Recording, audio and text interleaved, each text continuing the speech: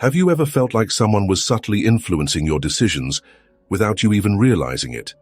Maybe a friend, a boss, or even an advertisement. Manipulation is everywhere, and today we're going to uncover the psychology behind it so you can spot it before it happens to you.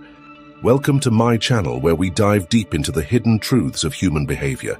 If you want to sharpen your awareness and protect yourself from psychological tricks, stick around because by the end of this video, you'll be able to recognize manipulation techniques and even counter them effectively. Let's start with a powerful one, gaslighting. This is when someone makes you question your own reality by denying facts, memories, or even your feelings.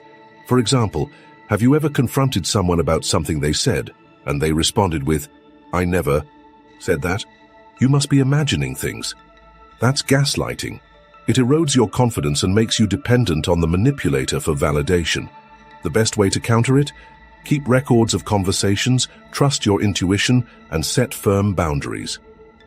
Another common manipulation technique is guilt tripping. This is when someone makes you feel guilty to control your behavior. Phrases like, "After all I've done for you, this is how you treat me," are classic examples. Manipulators use this to make you act out of guilt rather than your own free will. To counter this, recognize the tactic, separate emotions from logic, and remind yourself that saying no does not make you a bad person. Now, let's talk about love bombing. This is when someone showers you with excessive affection, flattery, and attention to quickly gain control over you. It's often used in toxic relationships. At first, it feels amazing, but the moment you start to question them, they withdraw.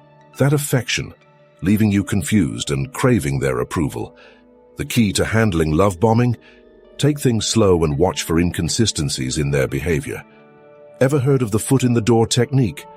This is when someone starts with a small request before asking for a much bigger one. Salespeople use this all the time. For example, if they get you to agree to answer a simple survey, they might follow up with, "Since you care about this topic, would you consider making a donation?" This plays on your commitment and consistency. The best defense?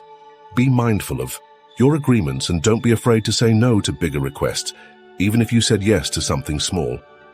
Finally, let's discuss fear and scarcity manipulation. Ever noticed how marketers say only 2 left in stock, or this deal expires in 10 minutes? This technique pressures you into making impulsive decisions by triggering fear of missing out. Next time you see a tactic like this, pause, take a breath and ask yourself, is this really urgent or am I being manipulated? Manipulation is a skill that can be used for both good and bad. The more aware you are, the better you can protect yourself and make informed decisions. Which of these techniques have you encountered before? Drop a comment below.